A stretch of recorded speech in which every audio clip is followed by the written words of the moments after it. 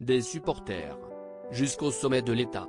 Comme Emmanuel Macron, fan de football, Elisabeth Borne ne rate rien du parcours de l'équipe de France dans cette Coupe du monde de football. Ce samedi 26 novembre, la Première ministre a fait comme 11,59 millions de téléspectateurs, elle a regardé le deuxième match des Bleus, contre le Danemark. Ce n'est pas depuis les ors de Matignon qu'Elisabeth Borne a admiré le doublé de Kylian Mbappé et la victoire des hommes de Didier Deschamps.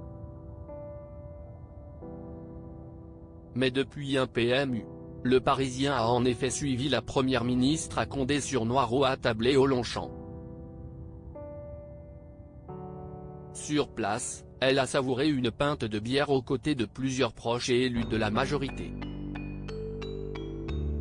Si je ne prends pas 5 minutes pour ma vie privée, je deviens dingo, a-t-elle assuré à nos confrères. Dans le PMU de sa circonscription normande, on était heureux de retrouver la Première ministre d'ordinaire si occupée.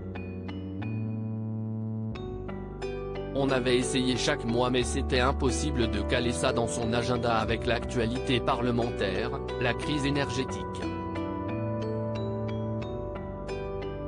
A expliqué l'un de ses conseillers aux Parisiens. Devant la télévision du PMU, Elisabeth Borne n'a rien raté des exploits sportifs des Bleus et notamment de son joueur préféré, Antoine Griezmann. Il est sympa et, au-delà du fait que c'est un super joueur, c'est un gars bien, engagé, notamment dans la lutte contre l'homophobie dans le football, a raconté la locataire de Matignon. Les footballeurs sont des figures qui font référence pour beaucoup de monde. Qu'ils portent des combats sur des valeurs, la transition écologique, je pense que c'est important. Ils ont un énorme impact, notamment sur la jeunesse. Elisabeth Borne, le talent et l'expérience des Bleus nous ont permis de l'emporter mais l'après-midi de la Première ministre a dû être écourté. À la fin de la première mi-temps, Elisabeth Borne a en effet dû rentrer à Paris. Sur le trajet en voiture, elle a suivi le reste de la rencontre, et donc la victoire des Bleus, sur un écran installé dans sa voiture. Quel match!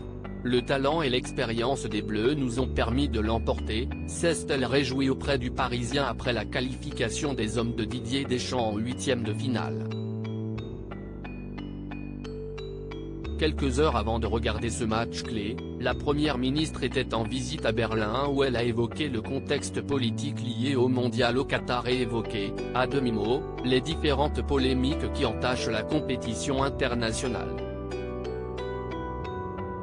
Il me paraît comme une bonne chose que les joueurs puissent s'exprimer sur les valeurs que nous partageons évidemment entièrement, tout en respectant les règles du tournoi, a-t-elle confié. Comme sa Première ministre, Emmanuel Macron s'est aussi exprimé sur la Coupe du Monde. Le président de la République a estimé que dans un monde confronté à une succession de crises, nous devons préserver l'esprit du sport qui doit rester un espace de rapprochement des peuples, autour de valeurs universelles. Cette Coupe du Monde de football, la première organisée dans le monde arabe, témoigne de changements concrets qui sont à l'œuvre. Le Qatar s'est engagé dans cette voie et doit continuer. Il peut compter sur notre soutien. Loin de ces questionnements politiques, les Bleus savourent leur deuxième victoire dans le mondial. D'ores et déjà qualifiés pour les huitièmes de finale, les joueurs auront à cœur de consolider leur première place lors de leur dernier match de poule, contre la Tunisie.